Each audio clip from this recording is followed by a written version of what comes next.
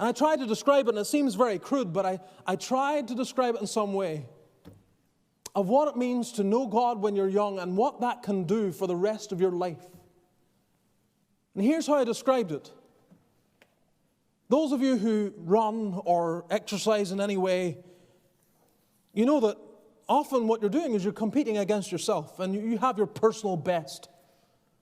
And so if you're a runner, you have your PB, and if you ever go out running and you're thinking about your personal best, and maybe as you get older you realize that it seems to become more and more distant and difficult to attain there, but that's always the figure. That number, whatever it is, bench presses, running 5 kilometers, whatever it is, that number sticks in your mind. And you measure yourself against it because that's where you attained, that's where you got to, that's what you were capable of. And there's a sense, if in your early days, in your early years, you get to know God, you know what it is to wait before God, to call upon God, to be sold out for God, to know the presence of God as you wait upon Him, that becomes your PB. You know what it's like. And then you have this up here, rather than down here, you have this up here. You know what it's like to backslide, because I think the personal experience of most Christians is so far removed from what God has got for us and what Christ has purchased for us, they don't even know when they're backslidden. They don't even know when they're not walking with Christ because they've never really enjoyed power with God, walking with God, being zealous for Christ. They don't know. They don't know what it is to shut out the world, to get before God, to fast and pray over burdens in your heart. You have no idea. It's like, it just doesn't mean anything. But Christian, listen to me. If just one of you understands this, go on with God. Press on with God.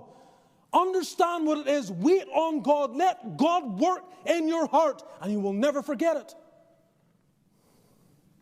And your whole life, when you begin to decline, you'll know you're declining because you're not there. You're not there. You're nowhere near your PB.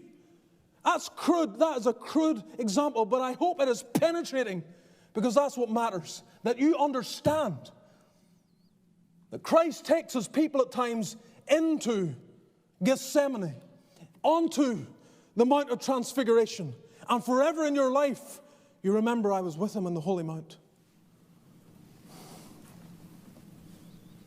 Some of you know it. You know it in terms of public worship. You know it because you've been sitting in these very pews, in this very room, and you've known the coming down of God, and your entire religious experience, your entire experience of the worship of God is compared to those halcyon days of the presence of Christ. And you're dissatisfied. You can't get away from that sense. Do it again, Lord.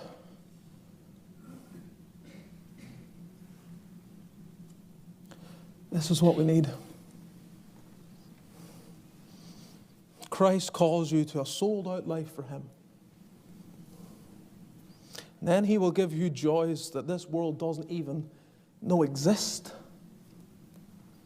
And He'll replace all the trinkets with His presence.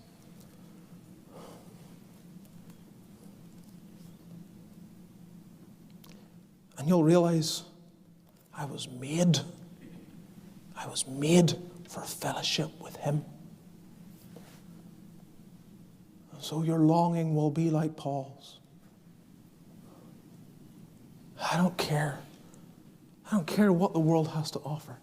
My prayer is this, that I might know Him.